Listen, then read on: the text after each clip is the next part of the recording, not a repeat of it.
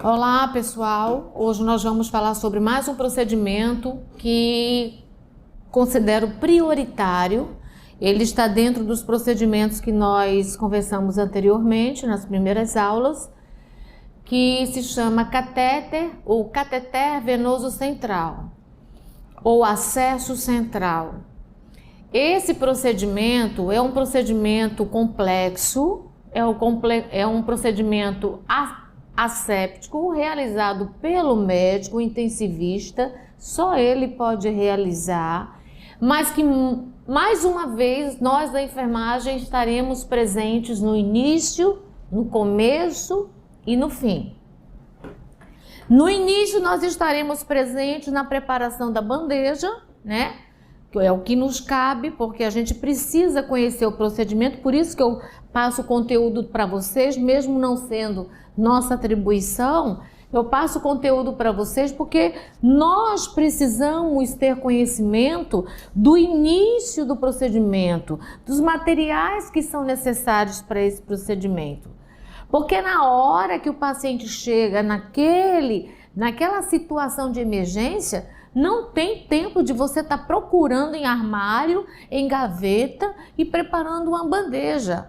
Então, o que a gente entende? A bandeja precisa já estar preparada, tanto quanto a bandeja de intubação traqueal, que nós não sabemos também se o paciente vai chegar precisando ser intubado ou não.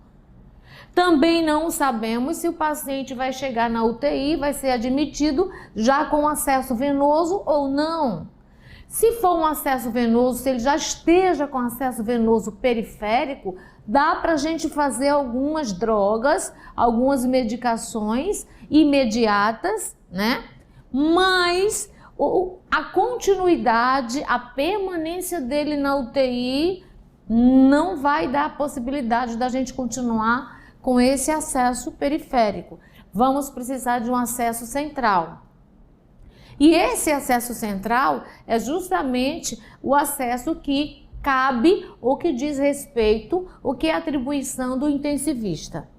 Mas nós vamos estar lá do lado. É necessário alguém da enfermagem estar auxiliando esse médico, porque é um procedimento asséptico. Ele vai estar com os EPIs, com luva estéril, não vai poder pegar em determinados materiais. Então você está lá para abrir os materiais e o passo a passo do procedimento, tá certo?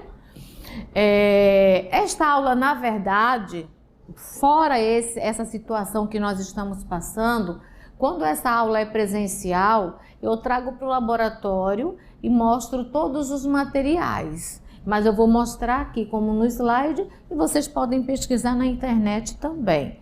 O que eu vou falar, tá? O que eu vou desenvolver dos itens, dos tópicos que estão nos slides, e isso é o que é o mais importante, tá bom?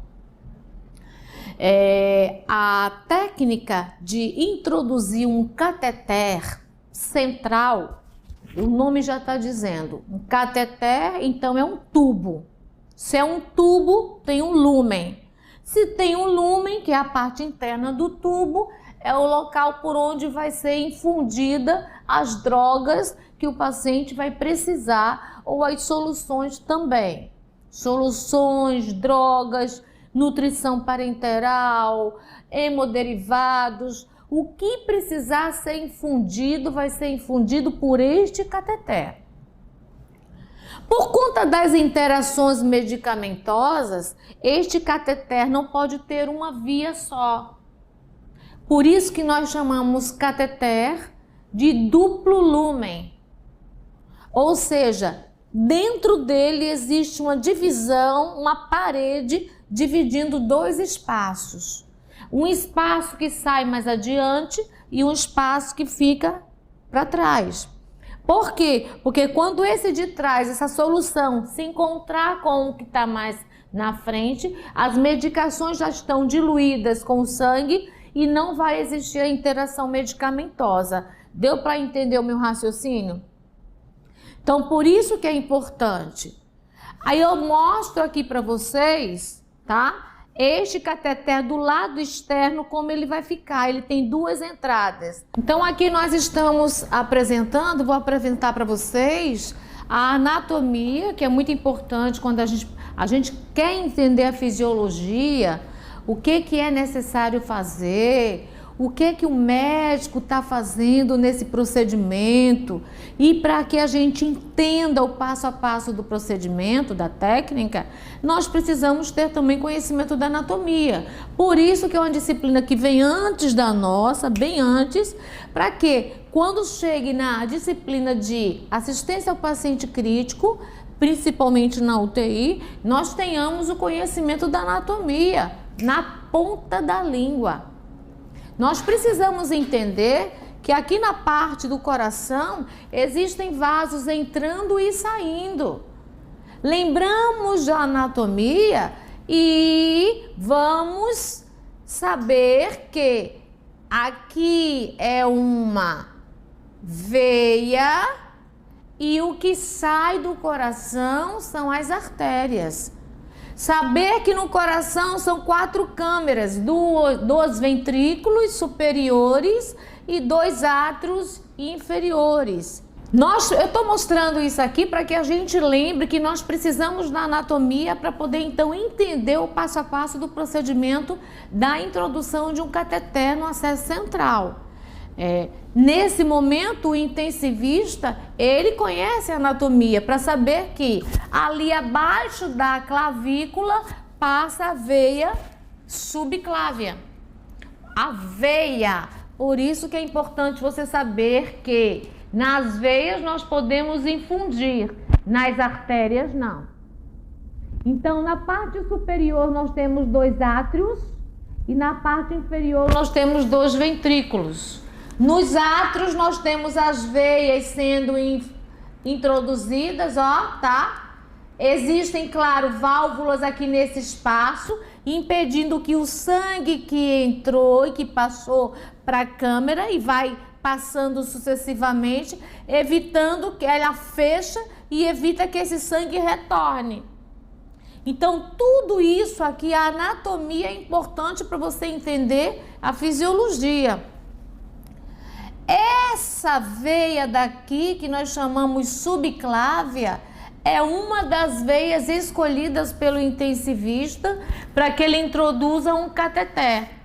Este cateter de duplo lúmen, aqui ó o que eu falei anteriormente. Externamente, isso aqui é a parte que fica fora. Externamente nós temos 2 acessos.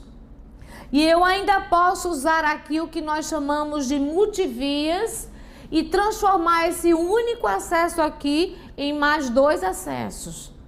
Ou melhor, teria 2 aqui com mais 2 aqui, teriam 4 acessos. Ou seria 4 soluções ou soluções em medicamentos que poderiam ser introduzidos, que podem ser introduzidos no paciente. Tá? E repetindo o que eu já falei, só para recapitular, internamente aqui, ó, tá vendo aqui? Que nós vamos precisar até fazer um raio-x depois para ter a certeza de que o cateter está na posição correta, está na veia correta, tá? Então, aqui dentro existe uma parede dividindo 2 acessos. Então, tem um acesso que vai mais na frente e outro acesso que fica mais para trás. Porque esse daqui que está mais para trás, quando a solução se encontrar com o que está na frente, já vai estar diluído e aí não vai existir a interação medicamentosa, evitando assim complicações para o paciente. Eu não sei se eu me fiz entender, mas aqui fora eu não estou vendo nada, mas lá dentro eu sei que existem 2 acessos, um que vai mais na frente e o outro fica atrás. E aí os 2 vão se encontrar lá quando tudo já estiver diluído, tá certo? Porque aqui dentro só vai existir o sangue. E o sangue vai diluir toda essa solução e esse medicamento que está sendo introduzido, tá bom? Bem, Em relação à anatomia, acredito que era isso que eu queria falar. Aqui é a veia, repetindo, a veia subclávia, né? Abaixo da clavícula. Aqui é um cateter de duplo lúmen. Este cateter é a base de poliuretano, tá? É um cateter que tem uma duração de longa permanência. Não é aquele abocate ou gel que nós utilizamos em veia periférica e que com 72 horas precisa ser trocado o sistema. Então, este cateter daí é de um material que você pode utilizar durante mais do que 15 dias. Nas literaturas antigas, diziam que com 15 dias nós precisaríamos trocar este cateter de vaso. Não o mesmo cateter, óbvio. Retiro o cateter, desprezo, pego um novo cateter e passo em novo vaso. Hoje, para se evitar esse manuseio, porque quanto mais você manuseia, maior o risco de contaminação. Aí hoje o que se faz? Hoje você tira esse cateter daqui, depois que você começar a observar sinais flogísticos na literatura mais atual. Quem quiser procurar, pode ficar à vontade. Então, o que o médico faz? Retira esse cateter daqui, deixa o vaso descansando, porque já recebeu várias infusões durante vários dias. E aí pode usar a outra subclávia, que nós temos a subclávia direita e subclávia esquerda. Como nós também temos a jugular interna direita, jugular interna esquerda. Em último dos últimos casos, por se perder o vaso depois da não validade, da necessidade dele mais, nós temos também a alternativa da dissecção venosa, que nós chamamos de flebotomia. Só que isso aí só em última alternativa, só se não pudermos utilizar nem a jugular direita nem a esquerda, nem a subclávia direita nem a esquerda. Ok? Bem, então aí nós vamos, como eu identifiquei aqui, ó, cateter duplo lúmen. É um tubo condutor para infusão de medicamentos ou fluidos. Estes fluidos aqui são as soluções, né? É um paciente que vai ser submetido a exames laboratoriais. Aí vai ver se o sódio, se o potássio, se o magnésio, se o cálcio estão todos dentro dos padrões. E caso contrário, as soluções vão ser complementadas com esses eletrólitos. E aí nós chamamos de fluidos. Tá certo? É posicionado na veia jugular interna, subclávia ou na veia cava superior. Por que, Jucirene, você primeiro situa a jugular? Mostrou lá na figura subclávia e mostrou, e agora está falando sobre a jugular e colocou ela como primeira alternativa. Bem, vou explicar.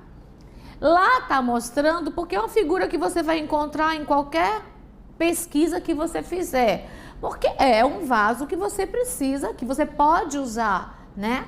Agora, escolhem a subclávia quem tem mais experiência para alcançar a subclávia sem causar danos ao paciente. Tipo, qual uma complicação que pode acontecer caso você erre numa punção dessa? No caso, o médico cometa este engano ou erro. Você alcançar a artéria carótida. E quando você alcança a artéria carótida que está naquelas proximidades, você pode causar um hematoma imenso, porque vocês sabem que a perda de sangue venoso é completamente diferente da perda de sangue arterial. A perda de sangue venoso é escorrendo e a perda de sangue arterial é em jato. Ou seja, o volume que você perde de sangue na artéria é muito maior do que no sangue venoso. Segunda complicação, e que é a mais comum quando você escolhe a subclávia, é você perfurar. Deixa eu voltar aqui. É você perfurar Aqui nós temos anatomicamente falando os pulmões, tá? E quando você escolhe a subclávia, caso você não alcance o vaso, tá? O que é que vai acontecer? Este cateter, que na ponta dele tem uma agulha de grosso calibre, bastante afiada, ela pode perfurar o ápice do pulmão. Porque se vocês lembrarem bem, aqui o pulmão tá assim, ó. Ou seja, se ele não tomar cuidado, se ele não for bem experiente, a agulha vai perfurar o ápice do pulmão, causando um hemotórax. Que significa hemosangue, tórax, ou então cavidade pleural. E eu posso também levar o paciente a um pneumotórax. Claro que inicialmente vai ser um hemotórax por conta do pulmão ser um órgão altamente vascularizado.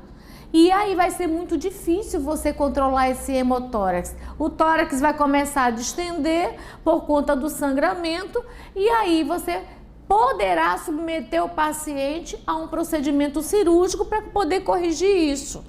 Ou então a drenagem torácica, o que não era para acontecer, né? Então vai ser mais um procedimento invasivo em decorrência de uma complicação que aconteceu no momento da inserção do cateter. Então eu, Juscelene, sendo a pessoa com a atribuição, com a função de funcionar uma veia central, eu escolheria primeiro a jugular interna, que está nessa altura aqui do pescoço. Então, a jugular interna, o risco dela é muito menor em relação ao risco da subclávia.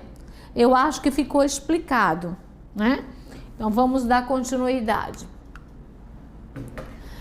Esse cateter, ele tem indicações em doenças crônicas, de ser introduzido em doenças crônicas. Ele tem indicação em insuficiência renal crônica, tá certo?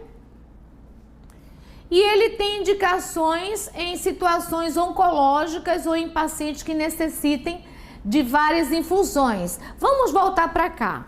Deixa eu apagar aqui para mostrar para vocês entenderem melhor. Veja bem. Quando a gente fala que ele tem indicações em doenças crônicas, insuficiência renal crônica, alguém já viu, já encontrou algum paciente com aquele cateter naquela localização cervical, por onde o paciente vai fazer diálise? Então, ali está sendo utilizado a veia jugular interna. Então, quando a gente coloca aqui como uma das indicações, é pensando nessa situação. Eu não estou falando num paciente renal agudo, estou falando no paciente renal crônico, que já está em fase de diálise. As situações oncológicas ou em pacientes que necessitem de várias infusões. Gente, a gente sabe que veia periférica é uma veia fina. Então, não é uma veia que vai ser importante ou que vai suportar todas as infusões que um paciente de UTI precisará receber. Então, nesse caso, vai ser necessário que este paciente seja submetido a um cateter central, para uma veia central. Enquanto uma veia periférica tem essa espessura, uma veia central tem esta espessura, a grosso modo falando, né? Então, olhe bem a diferença entre um cateter, entre uma veia e outra. Nós temos aqui um acesso bem fino, onde o lúmen é bem estreito, onde obviamente passa pouco sangue, e aqui um lúmen bem maior, onde além do sangue passam as infusões. Então dá para a gente entender bem o porquê da diferença. Veia periférica, nem pensar para paciente de UTI. Porque paciente de UTI, se você der uma olhadinha nele, naquele paciente grave mesmo, na cabeceira dele, no suporte de soro, parece uma verdadeira árvore de Natal. Em outras palavras, ali você vai ter soro, você vai ter medicações diluídas, você pode ter sangue, derivados do sangue, você pode ter uma nutrição parenteral. Então você tem uma imensidão de soluções a serem infundidas para poder então precisar de um vaso com lume maior. Tá certo? Aí aqui eu coloquei um exemplo, ó. Nutrição parenteral, medicações irritantes. As medicações irritantes, se eu fosse infundir numa veia periférica, o que aconteceria primeiramente? Vamos lembrar de fundamentos. O que acontece quando você pega uma solução irritante e introduz numa veia fininha periférica, sem que ela seja central? Vai acontecer o que nós chamamos de flebite. A flebite significa flebos, vaso, ite, infecção, ou seja, infecção da parede do vaso por conta de ter irritado a parede do vaso que é tão sensível. Então, para evitar essas situações também, nós preferimos ou damos prioridade ou é necessário que seja um acesso central, tá certo? Aí se por que o flebite? Mas aí era só mudar de vaso, professora. Sim, claro, nós temos vários vasos periféricos, porém todos iriam entrar em flebite. E dentro de uma UTI, o paciente, como já está grave, imunologicamente deprimido, a sepse, ela só quer um foco primário. E o foco primário pode ser uma flebite, para poder o paciente entrar numa infecção generalizada. Então a gente evita. O que você puder evitar para o paciente entrar numa septicemia, você evita, tá?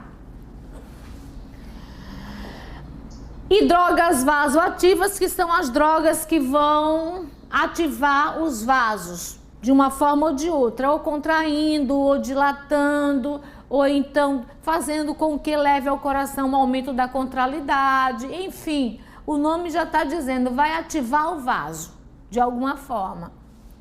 E onde as veias periféricas não suportem, foi o que eu acabei de explicar. As veias periféricas não vão suportar essa demanda muito grande de soluções e de medicamentos. Próximo. Quando que é contraindicado você introduzir um cateter central neste paciente? Porque tudo na vida tem a indicação, mas também tem contraindicação. Eu aprendi que tudo na vida tem um lado positivo e tem um lado negativo. Tudo. Na nossa área de saúde também acontece isso, tá? Na nossa área de saúde nós temos a infecção da pele no local ou próximo do local proposto para a inserção do cateter. Se houver algum tipo de processo infeccioso nesta localização daqui, já impede, já impossibilita que esse paciente seja submetido a uma inserção do cateter central, tá? Então vamos escolher um outro local, vamos rever um outro método, tá? As alterações anatômicas estruturais, existem pacientes, é raro isso acontecer, mas como está na literatura, e eu já vi um caso, já me deparei com um caso, onde um paciente, ele tinha esse problema aqui no ombro, né? O ombro se juntava praticamente com a mandíbula, impossibilitando aqui as duas veias, tá certo? Então, ele tinha impossibilidade de do médico utilizar tanto a subclávia como a jugular. Então, a gente pode usar a femoral ou então a veia cava, tá? Então, é uma escolha que o médico que vai decidir o que é melhor, certo? Os tumores nessas localizações também impedem que a gente use este vaso ou estes vasos. Aneurisma. Os aneurismas, se eu tenho naquela localização, já foi comprovado que eu tenho um aneurisma. Se eu perfurar esse aneurisma, o que vocês acham que vai acontecer? Todo o vaso vai extravasar. E aí eu vou complicar esse paciente, porque você vai perfurar um aneurisma, o que jamais a gente quer que o aneurisma se rompa. Ele não pode se romper. Você causou o rompimento desse aneurisma com a perfuração de uma agulha calibrosa. Então, se acontecer, se já souberem o diagnóstico, tá? Nem pensar. Trombose venosa profunda aparente, quando já se tem conhecimento dessa trombose, o trombo, lembram que na aula passada eu falei para vocês que o vaso está aqui e o trombo está impossibilitando. Aí como é que você quer que eu introduza um catéter aqui, sabendo que a solução não vai conseguir ultrapassar esse trombo? Sabendo que ela não vai conseguir alcançar adiante ao trombo. Então não adianta eu infundir. Adiantaria eu infundir após o trombo. Mas para isso tem exames para a gente detectar a localização do trombo e o que pode ser feito. Na escolha entre essa situação e em outras que não tenham uma trombose, é melhor escolher as que não têm trombose, tá certo? E as alterações da coagulabilidade sanguínea devido a medicações ou patologias. Vejam bem, quando a gente fala em coagulabilidade, a gente está falando na dificuldade de coagulação. E quando eu falo em relação a medicações, é quando o paciente ele está tomando anticoagulante durante muito tempo, tá? Ou paciente que tem história de trombose, ou paciente idoso, imobilizado, que está tomando o anticoagulante justamente para evitar o aparecimento dos trombos. Mas em contrapartida, facilita o sangramento, tá? Então, nessas situações eu não vou conseguir funcionar, porque se eu causar o rompimento de algum vaso, vai ser um extravasamento de sangue enorme. Então eu evito, não faço. E nas patologias, eu posso citar o caso do hemofílico, ou então eu posso citar o caso de um paciente que tem algum problema nos fatores responsáveis pela coagulação. Então, nessas situações, nada da gente correr esse risco, né? O paciente poder chegar a um choque hipovolêmico. Vamos evitar.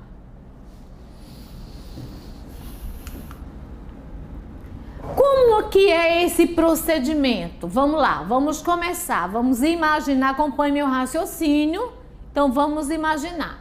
A implantação é feita pelo intensivista, como eu já falei, e com auxílio da enfermagem também, como eu já falei, que ela estará no início, no preparo da bandeja, no meio, que é auxiliando o intensivista, porque é uma técnica séptica, e no final, mantendo essa manutenção até o dia que o paciente não precise mais do cateter.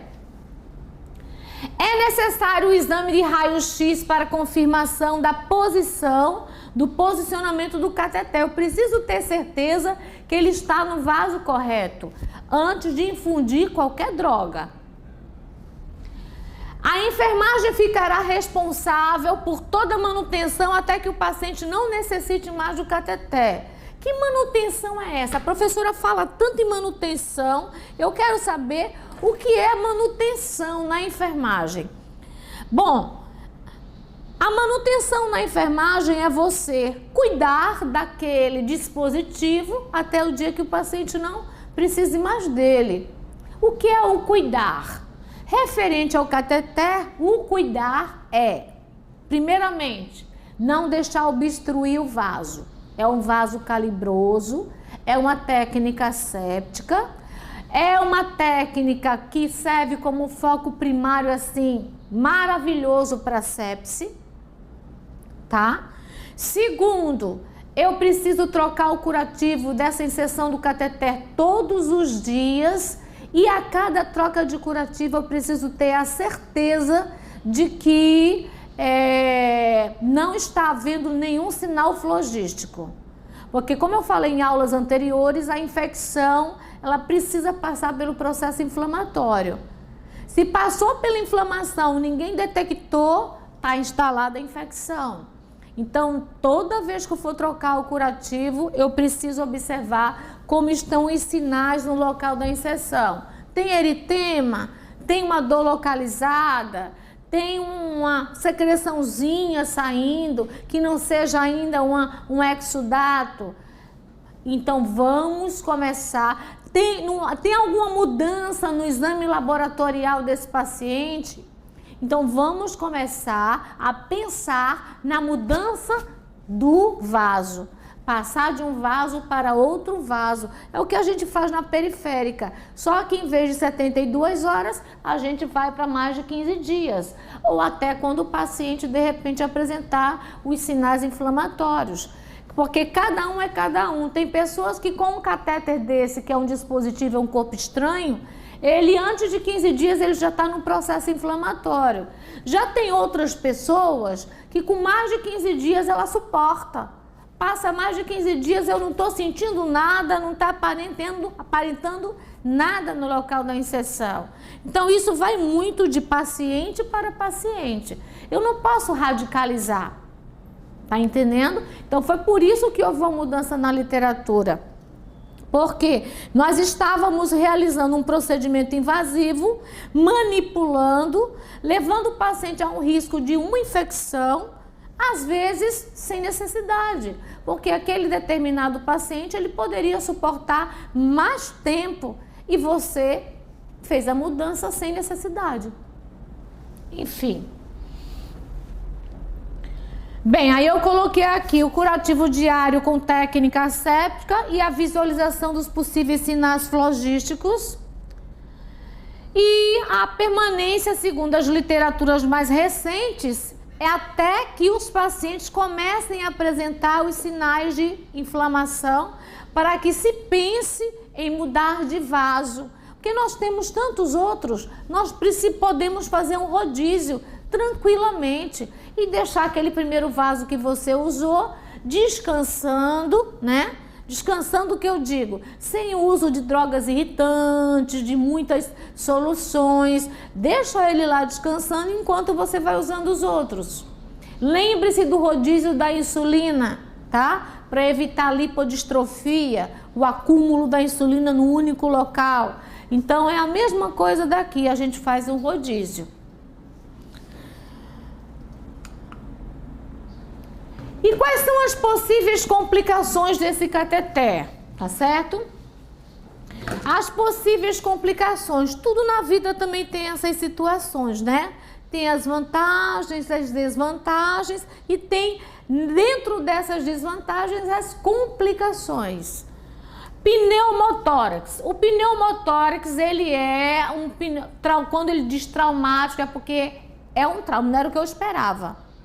Eu estava pensando em alcançar o vaso numa boa, sem traumatizar nada. Mas, infelizmente, aconteceu de alcançar o ápice do pulmão.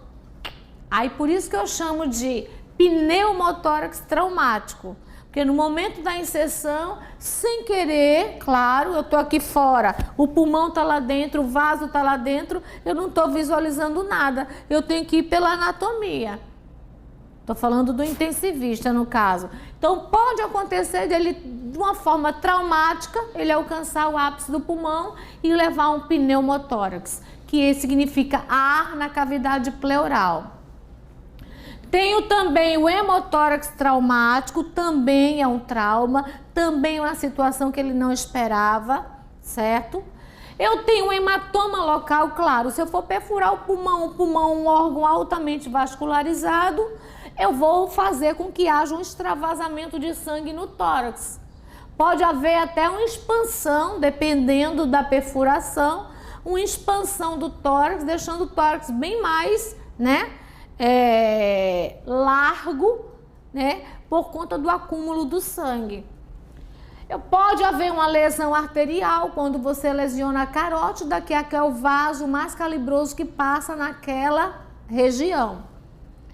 Eu posso também ter um quilotórax, que é uma complicação também na cavidade pleural, quando você perfura o pulmão. Eu posso ter um acúmulo de linfa no espaço pleural. Gente, o que é a linfa? Muita gente fala, sistema linfático, o que é a linfa? O que é a linfa? A linfa nada mais é do que é um sistema, faz parte da corrente sanguínea, tá? Ela percorre os vasos, mas ela faz parte do nosso sistema de defesa.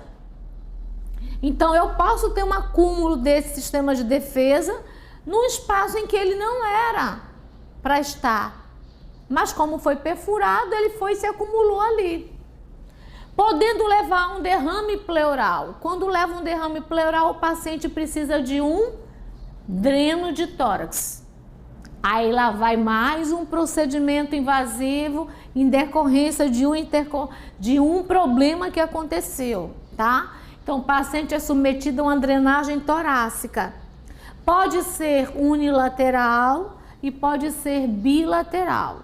Claro, para que seja bilateral tem que fazer 2 tentativas, mas já teve situações em que eu acompanhei que o médico tentou de um lado, não conseguiu, colocou um dreno por conta do derrame pleural. Tentou do outro lado, teve dificuldade, perfurou também, outro dreno. E aí é complicado para o paciente, né? Na mobilização, na higienização, na dor que ele vai sentir, em tudo, enfim, em tudo. Infecção da pele por conta da limpeza, né? É um local onde você está introduzindo soluções em que podem se transformar em meio de cultura, propício para o aparecimento de bactérias, se proliferarem, etc. e tal. E obstrução do catéter, caso você não tenha cuidado, se você for fazer alguma medicação, pinçar, né, de um lado e do outro lado não pinçar porque eu vou fazer a medicação.